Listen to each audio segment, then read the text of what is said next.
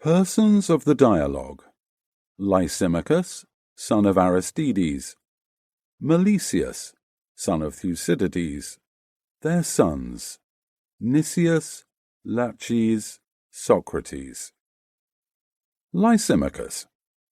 You have seen the exhibition of the man fighting in armour, Nicias and Laches, but we did not tell you at the time the reason why my friend Melesius and I asked you to go with us and see him. I think that we may as well confess what this was, for we certainly ought not to have any reserve with you. The reason was that we were intending to ask your advice. Some laugh at the very notion of advising others, and when they are asked will not say what they think.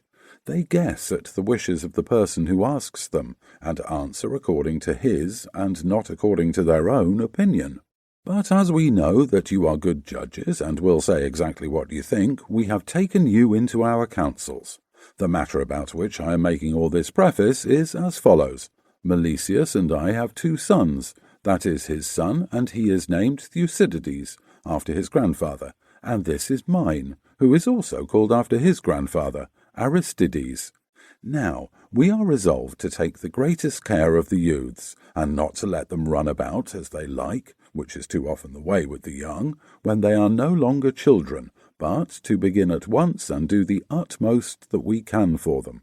And knowing you to have sons of your own, we thought that you were most likely to have attended to their training and improvement, and if perchance you have not attended to them, we may remind you that you ought to have done so, and would invite you to assist us in the fulfilment of a common duty.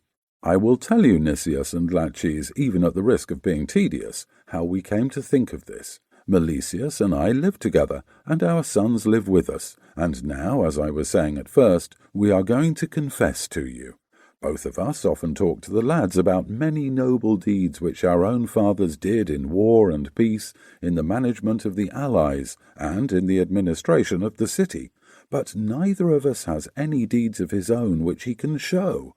The truth is that we are ashamed of this contrast being seen by them, and we blame our fathers for letting us be spoiled in the days of our youth, while they were occupied with the concerns of others, and we urge all this upon the lads, pointing out to them that they will not grow up to honour if they are rebellious and take no pains about themselves, but that if they take pains they may, perhaps, become worthy of the names which they bear.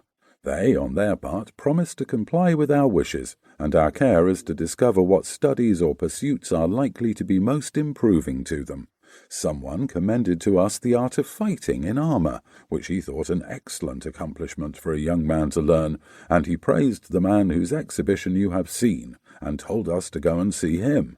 And we determined that we would go, and get you to accompany us, and we were intending at the same time, if you did not object, to take counsel with you about the education of our sons.